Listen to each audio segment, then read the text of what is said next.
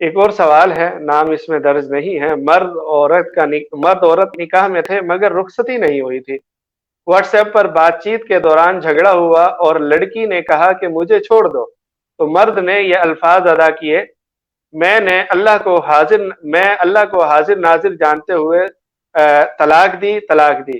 پھر دوبارہ اگلے میسج میں یہ کہا، میں نے تمہیں طلاق دی۔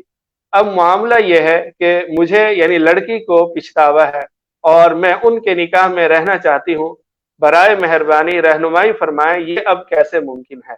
دیکھیں، یہ جو خاتون ہیں انہوں نے پوری تفصیل نہیں لکھی۔ اگر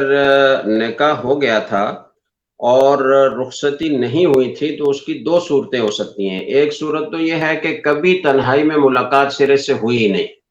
تو اس کا مسئلہ علیحدہ ہے۔ اور اگر تنہائی میں ملاقات ہوئی ہے اس انداز سے کہ آپس میں میاں بیوی جیسا تعلق قائم کرنے کے لیے کوئی ظاہری رکاوٹ نہیں تھی اور کوئی شرعی رکاوٹ نہیں تھی، عورت پاکی کی حالت میں تھی اور کوئی اور رکاوٹ حسی طور پر بھی موجود نہیں تھی، تو ایسی صورت میں اس کو خلوت صحیحہ کہا جاتا ہے اصطلاح میں، فقہ کی کتابوں میں۔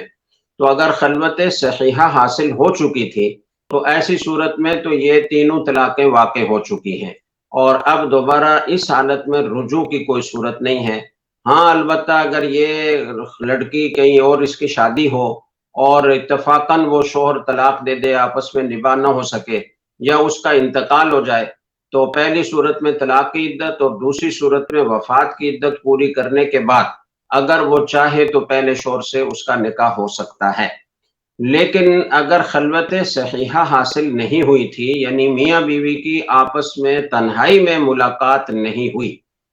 یا ملاقات تو ہوئی لیکن وہ ایسی ملاقات نہیں تھی کہ جس میں کوئی رکاوٹ نہ ہو، قریب میں دوسرے لوگ تھے اور میاں بیوی جیسا تعلق قائم کرنے کے لیے کوئی رکاوٹ موجود تھی، تو ایسی صورت میں پھر جب اس نے پہلی دفعہ کہا کہ میں نے اللہ کو حاضر ناظر جان کر تجھے طلاق دی،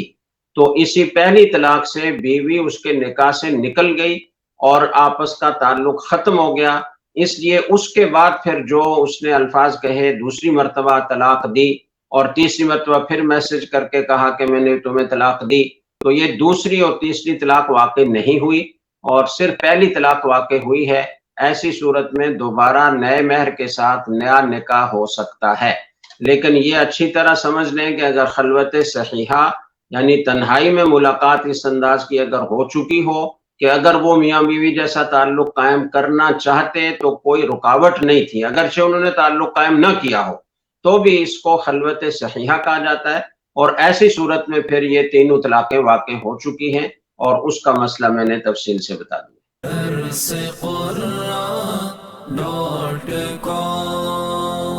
www.darsequran.com